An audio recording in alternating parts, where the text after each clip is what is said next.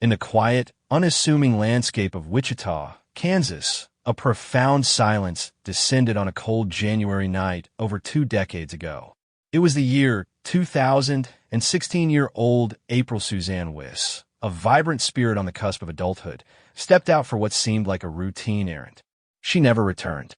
Her disappearance would unveil a complex tapestry of family dynamics, a troubling relationship, and a legal battle that would forever intertwine with her missing persons case, leaving behind a family in perpetual anguish and a mystery that has resisted the passage of time for over 2 decades. Born in Wichita, Kansas, April Suzanne Wiss was, by all accounts, a bright and personable young woman. She was notably tall for her age, a physical characteristic that often made her stand out. More significantly, her personality shone through her genuine love for meeting new people and her ease in social situations. April was the kind of teenager who could seemingly navigate any crowd, making friends wherever she went. However, April's early life was also shaped by the common, yet challenging reality of divorce. Her parents lived approximately 15 minutes apart, necessitating a unique upbringing where April split her time equally between their 2 homes. This arrangement meant she attended separate schools, depending on which parent she was with, a situation that could be disorienting for many. Yet, April, with her adaptable and social nature, managed to build a distinct set of friendships in both locations, demonstrating her resilience and capacity to connect. As she entered her mid-teenage years, April's living situation underwent another significant shift. For reasons not entirely clear, her mother, known to many as Dee, decided it would be best for April to live with a trusted family friend named Tina. This was a pivotal moment in April's life. She had only been residing in Tina's home for a mere 3 weeks when her life took an unexpected turn into the unknown. During this brief period, reports also indicated that April had not been attending school regularly, suggesting a time of personal struggle, perhaps a burgeoning desire for independence, or an overall unsettled phase in her young life. The exact reasons for these changes remain part of the central enigma surrounding her disappearance. Amy Wilson, one of April's closest friends from her time living with her father, vividly remembers April's warmth and trustworthiness. Amy described April as kind of a product of her environment, someone who genuinely thrived when surrounded by positivity and happiness. Their bond was strong, built on shared moments of typical teenage fun, listening to music on old cassette tapes, just hanging out and navigating the world together. The move to Tina's house created a geographical distance, making it harder for Amy and her siblings, who were also close to April, to maintain their once-daily connection. However, Amy's brother did speak with April while she was living with Tina, and April reportedly expressed being happier in her new arrangement. She even mentioned a gentleman also staying there, though further details about this individual or his presence remain vague. Amy's older sister also spoke to April on January 9th, just 2 days before she vanished, trying to make plans to meet up. At no point, according to her friends and family, did April express any fear or reveal intentions of running away. Central to April's life in the crucial years leading up to her disappearance was a relationship that would cast a long, dark shadow over her fate. Around the age of 13, April became involved with a young man identified only as Andrew. Andrew, who was 17 at the time, would later find himself facing serious legal accusations, eventually being charged with multiple sex crimes involving several underage girls. April's relationship with Andrew, while perceived as consensual by her, was legally problematic due to the significant age disparity and her status as a minor. Her mother, Dee, was understandably deeply concerned and unhappy about this relationship, recognizing the potential dangers and legal implications for her daughter. The gravity of Andrew's actions eventually escalated into a major criminal trial, which was slated to begin in February 2000, just a month after April's disappearance. April was a scheduled and pivotal witness in this upcoming trial. The charges Andrew faced related specifically to April were severe rape charges. These carried a heavier potential sentence than some of the other convictions Andrew later accumulated. However, April was notably reluctant to testify against him. She genuinely believed that Andrew had done nothing wrong in their relationship, viewing it as a mutually desired connection.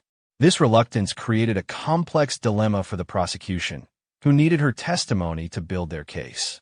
There was a frustrating back and forth concerning April's role as a witness.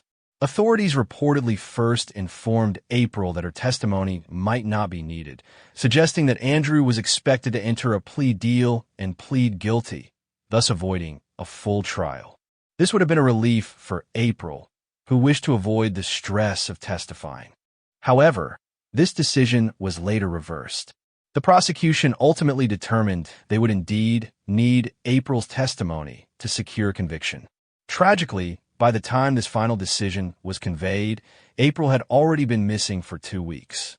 It is a crucial and often emphasized detail that when Andrew's trial eventually proceeded, and he was subsequently convicted of crimes against multiple girls, he was incarcerated at the time of April's disappearance. This fact is paramount, as it definitively establishes that Andrew himself could not have physically abducted April on the night she vanished. However, this does not rule out the possibility that someone else, perhaps connected to Andrew, his family, or his case, could have acted on his behalf, or for other motives tied to the pending trial. The potential for external influence or retaliation, even with Andrew behind bars, is a theory that investigators would have undoubtedly considered. The day of April Wiss's disappearance, January 11th, 2000, began like any other ordinary day in her new routine. As night fell, a cold Tuesday evening settled over Wichita. At approximately 10 p.m., April informed Tina, the family friend she was living with, that she was going to walk to the local Walmart. This superstore was conveniently located a very short distance from their residence, making it a seemingly innocuous and quick errand. But April never returned. She simply vanished without a trace into the cold Kansas night. The initial hours turned into days, and Tina, recognizing the immediate and alarming nature of a missing 16-year-old, quickly alerted April's family. Reports were promptly filed with the local police, and initial searches were launched in the immediate vicinity of her home and the presumed path to Walmart. Despite these initial efforts, no signs of April were found. The impending trial of Andrew, which was just weeks away, and the fact that April was a key witness, only deepened the concern and mystery surrounding her sudden absence. April Wiss's disappearance defies easy categorization, standing out amidst the thousands of runaways reported each year. While the vast majority of missing teenagers return home, often within a short period, April did not. This fact alone sets her case apart, marking it as one of the rare, long-term disappearances that inflict profound and perpetual anguish on families. The sheer uncertainty, the lack of a body, or even a confirmed reason for her vanishing, leaves a wound that cannot heal. Over the past 2 decades, investigators and April's family have grappled with numerous theories, each attempting to fill the agonizing void left by her absence. The trial connection. A silenced witness? Even with Andrew incarcerated, the possibility that someone else, perhaps a relative, an associate, or a desperate friend of Andrew's, might have acted to prevent April's crucial testimony remains a significant consideration. Her reluctance to testify could have been exploited by those who wished to keep her silent, or might have inadvertently placed her in a precarious position with individuals seeking to interfere with the legal process. Was she seen as a threat, regardless of her personal feelings about Andrew? Voluntary departure and personal struggles. Seeking an escape? April was navigating a turbulent period in her life, not attending school regularly, dealing with her parents' divorce, and engaging in a relationship that brought legal trouble. These pressures could have led a young woman to seek an escape. Could she have decided to leave on her own accord, hoping for a fresh start away from her challenging circumstances? If so, why has she never contacted her family in over 2 decades? Why has she left absolutely no trace, no digital footprint, no interaction with a world that has come to define modern life? The complete lack of contact is particularly troubling for a voluntary disappearance. The Walmart alibi, a deception or a fateful encounter. April told Tina she was going to Walmart. Was this truly her intention, or was this a pretense? It's entirely plausible that she intended to meet someone there, or that the destination was simply a cover for another plan altogether. Without any confirmed sightings of her at Walmart, or a witness who can corroborate her activities there, the truthfulness of her last stated destination remains a critical and unanswered question. Could she have encountered someone unexpectedly on her way there, or after arriving? Foul play by an unknown party? A random act of violence? The possibility of an opportunistic abduction or a chance encounter with a stranger, entirely unrelated to Andrew's case, cannot be ruled out. The anonymity of a late-night walk, even in a seemingly safe suburban area, could have made her vulnerable to an unseen threat. This theory, while difficult to investigate due to its random nature, is a grim possibility that must be considered when all other explanations fail. April's family continues to live with the agonizing uncertainty. Her best friend, Amy, has voiced the profound sadness and the gaping void left by April's absence. Despite the passage of time and the natural evolution of life, the hope for answers persists.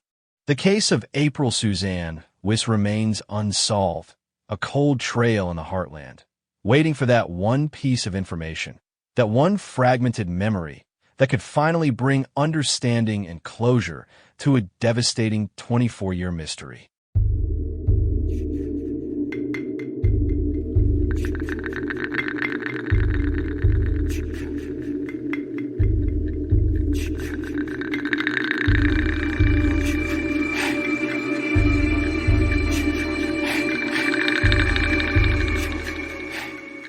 Hey, this is Tony from the Cold Case Project, where we focus on unsolved cases across the United States. Our mission is to bring attention to these unresolved mysteries that need your help. All the information we cover in these cases is readily available on the internet, but we rewrite and repurpose it for the purpose of these videos. Our goal is to spread the word about the thousands of unsolved cold cases still out there. Thank you for watching. If you want to help shed light on these cases, make sure to like and subscribe for more content. Your support can make a difference.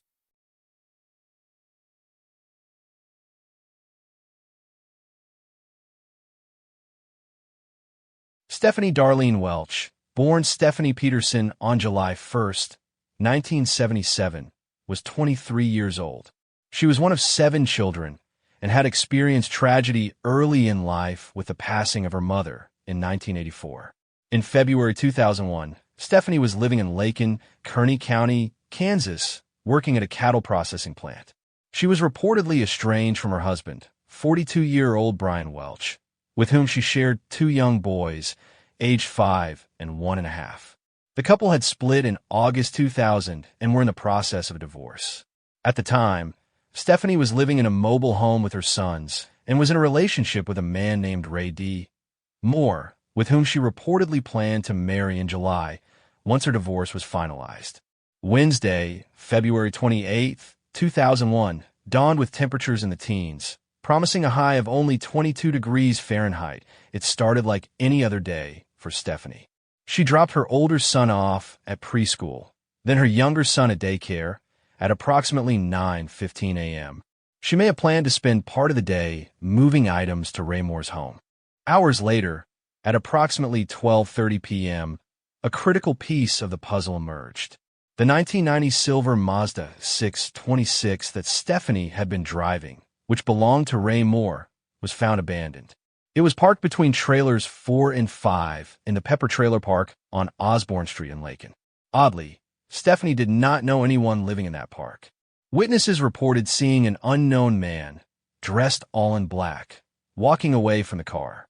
Inside the vehicle, investigators found Stephanie's wallet containing $500 cash, along with her jacket. The car itself bore signs of being driven far that day.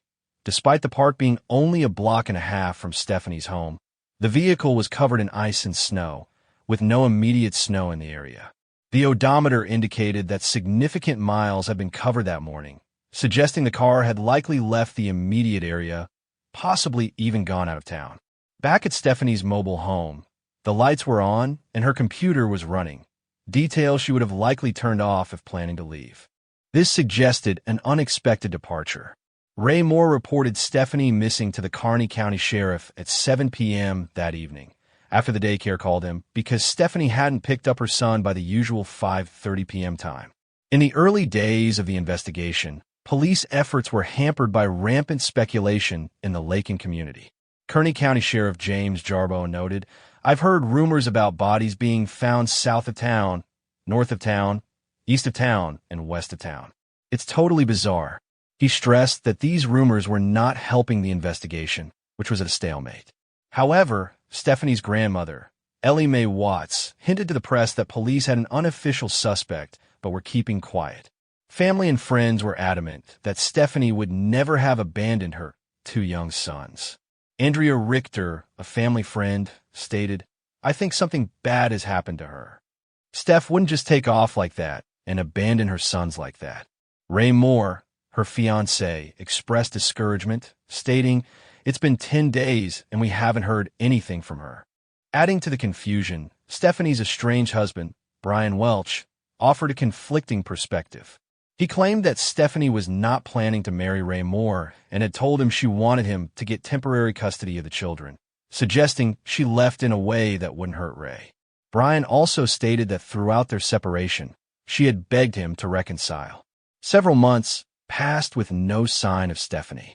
The Kansas Bureau of Investigation and search dogs were brought in, and aerial searches were conducted. Both Stephanie's 24th birthday and her supposed wedding date came and went without a trace. By October 2001, 2 inquisitions were held in Stephanie's disappearance. An inquisition, a type of judicial proceeding where evidence is presented and witnesses questioned, reportedly yielded no new clues or answers. In March 2003, investigators provided a grim update, reclassifying Stephanie's case from a missing person to a probable homicide. Detective Daryl Waters, the lead investigator, stated, "We have enough information from day one that she wasn't coming home. She was away against her will. We had to let time pass and hope that she would come back, but she never turned up."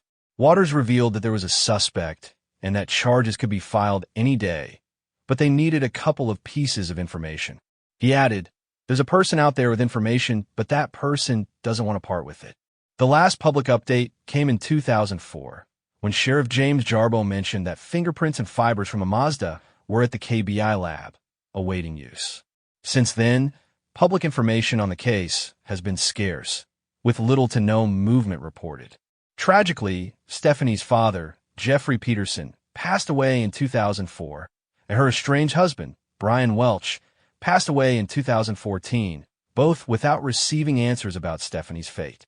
Ray Moore reportedly moved to Oklahoma and no longer wished to comment on the case. Stephanie Darlene Welch was last described as a white female with brown hair and blue eyes, 5 feet 8 inches tall, and 190 pounds. She has tattoos on her back and right breast, a scar on her left buttock and right elbow, and a pierced navel. Her disappearance remains a cold case. The evidence strongly points to foul play. Her car left a block and a half from her home after being driven extensively, her jacket, wallet, and money left behind, the lights on and computer running in her home, and most importantly, the unidentified man seen walking away from her vehicle. While her husband's conflicting statements are noted, neither he nor Ray Moore have ever been named as strong suspects by law enforcement. Stephanie Welch was a loving mother, sister, friend, and daughter. Her sons have grown up without their mother, and the family she left behind still carries the burden of not knowing. Her story, though quietly reported over the years, deserves to be remembered and shared in the hope that someone, somewhere, holds the key to the truth. If you have any information on the disappearance of Stephanie Darlene Welch, please contact the Kearney County Sheriff's Office at 620-355-6211 or the Kansas Bureau of Investigation at 1-800-572-7463.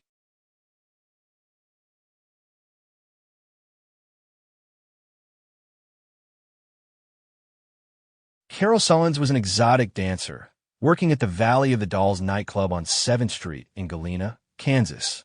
On the evening of August 31st, 1991, during a break from her shift, Carol was last seen in the nightclub's parking lot. She was engaged in a conversation with an unidentified male. This man was seen near his dark-colored pickup truck, which was distinctive for having a camper shell. The truck was parked nearby, suggesting a prearranged meeting or a familiar presence. Shortly after this interaction, Carol disappeared. She has not been seen or heard from since that night. Crucially, her purse and other personal belongings were left behind inside the bar, indicating an unplanned or abrupt departure. Years passed with no sign of Carol. Authorities eventually came to believe that Carol Sullins had died of a drug overdose sometime during the night she vanished. Their theory suggested that her body was then disposed of by her drug suppliers to conceal the death. Extensive searches across both Kansas and Oklahoma have been conducted, but these efforts have yielded no clues as to Carol's whereabouts or her remains. A significant development occurred in 2001, a decade after Carol's disappearance. Donald D. Kidwell was charged in connection with Sullins' case. His arrest warrant stated that he unintentionally caused her death but acted recklessly. Further adding to the legal proceedings, Donald E. Davis was charged with aggravated battery in Sullins' case. Davis reportedly cooperated with authorities regarding their case against Kidwell. In 2002, Donald D. Kidwell reached a plea agreement with prosecutors. He pleaded guilty to battery and obstruction of official duty. He was subsequently sentenced to 18 months in prison and fined $1,500. During his court appearance, Kidwell stated that he did not assault Carol and did not intend to cause her death. However, he did admit that he was responsible for her death. Carol Sullins' mother acknowledged that her daughter had struggled with drugs and alcohol, but emphasized that they maintained a good relationship despite these challenges. Despite the charges and convictions, the full truth of what happened to Carol Sullins, and more importantly, the location of her body, remains elusive. Investigators continue their search for her remains, but numerous theories exist regarding where her body might be. The official belief that she died of an overdose and was then buried by her suppliers has guided the ongoing search efforts. The case of Carol Sullins remains unsolved in its entirety. If you have any information regarding the disappearance or whereabouts of Carol Sullins, please contact the Galena Police Department or the Kansas Bureau of Investigation.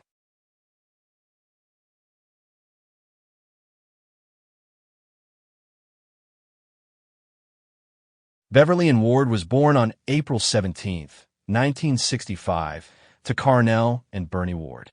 One of 8 children, with 4 sisters and 3 brothers, Beverly grew up in the close-knit community of Junction City, Kansas. By the summer of 1978, she was 13 years old, with her teenage years stretching out before her, full of promise and the anticipation of summer adventures. The night of July 3rd, leading into the morning of July 4th, was undoubtedly one of excitement for Beverly. A 9-year-old friend whom Beverly had met through church and who was staying with relatives across the street had spent the night at the Ward family home, located at 227 West 11th Street in Junction City. One can only imagine the whispered plans for fun and festivities the 2 girls shared before finally drifting off to sleep. Beverly herself was particularly excited, as she had already packed her backpack in preparation for attending summer camp the very next day. $12, money she had saved, was left behind, a testament to her expectation of returning. But the warmth of that summer night, with temperatures still around 80 degrees, would soon give way to an unimaginable chill. Shortly after 5 a.m. on July 4th, as the first rays of dawn began to peek over the horizon, the Ward household was abruptly stirred awake. It was Beverly's young friend who first became aware of the commotion. One of Beverly's siblings had woken her, asking, "Did you hear that?" The young girl, along with several of Beverly's siblings and 4 or 5 other family members who were in the home at that time, gathered at the front of the house. They peered across the street, drawn by an apparent disturbance that had shattered the pre-dawn quiet. What exactly happened remains a subject of speculation, but the young friend, who later chose to remain anonymous, told the Junction City Daily Union in 2014. There was a big commotion happening. People said someone threw a brick in an apartment window over there. We were all listening to what was going on outside, and all of us just thought Beverly was with us. As the family watched the unfolding events across the street, a horrifying realization began to dawn on Beverly's mother, Bernie Ward. She looked around, her eyes scanning the faces of her children and the young guest. Then she spoke the words that would forever echo in the family's memory. "Where's Beverly?" A quick check of the bedroom, where Beverly and her friend had been sleeping, confirmed their worst fears. The room was empty. But more disturbingly, the screen from the bedroom window had been removed. It was found approximately 10 feet away from the house, indicating that someone had intentionally entered or exited through that window. It was at this horrifying juncture that Bernie Ward immediately called the police, reporting her 13-year-old daughter missing. Officers swiftly arrived on the scene, questioning the parents and siblings. Yet, no one had seen or heard anything specific related to Beverly's disappearance. Her young friend, in a testament to the depth of a child's sleep, had slept through whatever terrifying occurrence had transpired in their shared bedroom. The evidence quickly allowed investigators to rule out the possibility of Beverly being a runaway. Her backpack, packed and ready for summer camp, was left behind, along with the $12 she had been saving. Her family emphasized that Beverly was extremely excited about camp, making a voluntary departure highly improbable. This was not a child running away. This was an abduction. In the immediate aftermath of Beverly's disappearance, law enforcement moved quickly to bring attention to her case. A July 6, 1978 article in the Daily Union quoted Police Chief Jim Gross stating, "We have no leads at this time." However, he confirmed that the Kansas Bureau of Investigation had been notified and Beverly's information had been entered into the National Crime Information Center computer, a critical database connecting law enforcement agencies nationwide. By July 20th, the FBI had joined the investigation, signaling the serious nature of the case. Despite intense efforts, specific details of the early investigation remained tightly guarded. However, later news reports indicated that police had identified at least 3 different suspects during that initial phase. Suspects 1 and 2. These individuals came under scrutiny after a neighbor reported seeing a vehicle belonging to one of the suspects near the Ward residence around midnight. However, this sighting was earlier than the suspected time frame of Beverly's abduction, which was believed to have occurred between 3 a.m. and 5 a.m.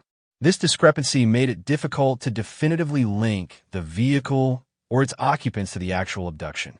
Suspect 3. This suspect emerged when investigators focused their attention on individuals living in the immediate vicinity of the Ward home. This person had been seen in the area in the days or weeks leading up to July 4th. What exactly made this individual a suspect, beyond simply being seen in the area, was never made explicitly clear to the public. It raised questions. Had this person been seen lurking unusually close to the property? Or were there other behaviors that drew suspicion? This ambiguity has always left a lingering question mark in the case. Crucially, no strong evidence was ever found to definitively link any of these suspects to Beverly's abduction. As far as the public knows, no other individuals have ever been seriously considered persons of interest. The transient nature of Junction City in 1978, with a population of just over 19,000, was also a factor considered by investigators. The town was known for its transient population, with many individuals living there for short periods or simply passing through. This raised the possibility that Beverly's abductor could have been a non-local, someone who saw an opportunity and quickly left the area, effectively vanishing after the crime. For years, the bulk of the investigation into Beverly's disappearance was concentrated in the period immediately following 1978. Leads were pursued through roughly 1995, with individuals coming forward in the 1990s claiming to have possible information. However, as Sergeant Corey Odell of the Junction City Police Department told the Daily Union in October 2014, these leads didn't provide a whole lot of insight into the case. Sergeant Odell's 2014 statements shed crucial light on the challenges of a cold case. He provided a photograph of the property where the original Ward home once stood, now replaced by a newer residence. The photo, described in the article, showed the rear view of the original home, which opened into a large, unfenced yard. There was a single door on the right side of the back, and 3 windows to the left, one of which would have been Beverly's. A small tree line provided a natural screen, potentially shielding the back of the house from neighbors' view. This suggested that the bedroom window would have been easily accessible from the rear of the property, offering a degree of cover for an intruder. Whoever entered the house likely knew exactly which room to target and how to approach unseen. A truly astonishing revelation came in a follow-up article in December 2014. It was discovered that current investigators, including Sergeant Odell, were completely unaware of the young girl who had stayed the night with Beverly, and, even more shockingly, the disturbance across the street that had woken the family. These critical details only came to light when a now-grown woman who had been Beverly's friend came forward and spoke to the Daily Union in late 2014. Sergeant Odell's response was telling. "That's news to me." He noted that there was no mention of the commotion across the street in the original case file, while he pledged to search for a separate disturbance call, explaining that many reports from that era were written on index cards. The omission was glaring. Regarding the friend's absence from the report, Odell speculated that officers might have simply assumed she was a younger sibling. Regardless, he expressed gratitude for the new information, stating, "This is a help. It's a lot more to go with. Every little piece I can run with now is more than I've had." Sergeant Odell also began working with the National Center for Missing and Exploited Children to get Beverly listed. At the time, 2 of Beverly's siblings had agreed to submit DNA samples for familial blood analysis, a crucial step in modern cold case investigations. Since then, Beverly has been listed with NCMEC, and age-progressed photos have been created, offering a glimpse of what she might look like today. Odell also pursued physical evidence, confirming that original investigators attempted to lift fingerprint from the window, but found nothing. He had found some physical pieces of the window frame itself in storage, indicating that some evidence from that night still exists. The most recent public update came in 2018 when the Daily Union reported that the Junction City Police had asked the FBI to re-enter the investigation. This was not due to a specific breakthrough, but rather a concerted effort by local police to bring all available resources to bear on the case, hoping to finally bring some answers and justice for the Ward family. While investigators primarily focus on the physical evidence and witness statements, an intriguing, though sensitive, connection emerged in the digital age. In researching the case, some have noted connections between the Ward family and the Faith Tabernacle United Pentecostal Church in Junction City. According to a website run by former Pentecostal member and preacher Lois Gibson, the Ward family, including Beverly, attended this church. Beverly's sister, Brenda, later married Edwin Young, who would go on to preach at the church. The connection to Beverly's disappearance within this context was first made online when the son of Edwin and Brenda Young was arrested for multiple counts of sexual assault against minor boys within the church. As reported on this disturbing circumstance, several former church members contacted Lois Gibson, informing her of Beverly's connection to Brenda and, more significantly, the way Beverly's disappearance was handled within the church community. According to these accounts, the disappearance was rarely, if ever, spoken of openly, existing only in hushed tones and whispers, a silence that reportedly continues to this day. Lois Gibson, while making no direct claims of involvement by Edwin, Brenda, or any member of the Ward family, suggested that a deeper look into the church by investigators wouldn't be a bad idea. This was based on the premise that someone within the church parish, or otherwise connected, might have been responsible for Beverly's disappearance. This avenue of inquiry, while delicate, suggests that potential information or context might exist within a community that largely remains silent. The theories surrounding Beverly's disappearance remain largely speculative due to the limited information available to the public. While Junction City's transient population always offers the possibility of a stranger abduction, the specifics of Beverly's case paint a more chilling picture. This was not a child grabbed from a park or a front yard. This was an abduction from within her own home, from her own bedroom, while her family was awake and in the house. Removing a window screen and entering a private residence in the dead of night, with family members present, suggests a perpetrator who is either incredibly brazen or, more likely, someone who knew the layout of the home, knew the family's habits, and knew exactly where to strike. It has even been speculated that the commotion across the street, the brick thrown into an apartment window, was a deliberate distraction designed to draw the family's attention to the front of the house, thereby providing the abductor with precious minutes of cover to sneak around to the rear bedroom and execute their heinous act. This suggests an abductor who possessed a chilling level of familiarity or meticulous planning. It wouldn't necessarily have to be someone seemingly close to the family. It could have been a neighbor, a fellow church member, or simply an individual who frequented the area often, watching and waiting for the opportune moment to strike. This July will mark 47 years since Beverly and Ward vanished. So little has been reported on her character in public records, leaving a void where her personality should be. But what is known unequivocally is that a young girl, just 13 years old, with her entire teenage life stretching before her, years to grow, learn, and blossom, had that future brutally stolen. Her parents, Carnell and Bernie Ward, both passed away without knowing what happened to their daughter. Beverly herself was declared legally deceased 7 years after her disappearance. Yet her siblings remain, along with dedicated investigators, still clinging to the hope for answers and, finally, justice for the Ward family. Every shared post, every mention of Beverly and Ward's name can help jog a memory, disturb a conscience, or uncover a hidden piece of this enduring puzzle.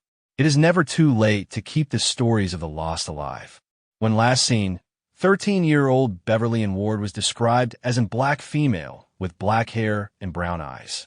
She was approximately 4 feet 8 inches tall and weighed 54 pounds. She had a unique, distinguishing feature, an extra bone in her middle finger, which made it appear as a partial finger. She also had moles on her face and a mark on her chest, and was reported to be wearing a green nightgown at the time of her disappearance.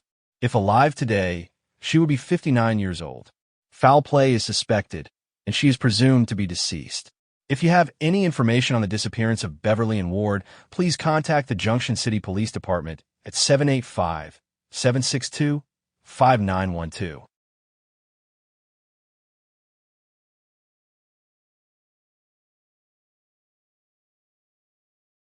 Jennifer Wilson, a 23-year-old exotic dancer, was last seen on September 1, 2002, in Derby, Kansas.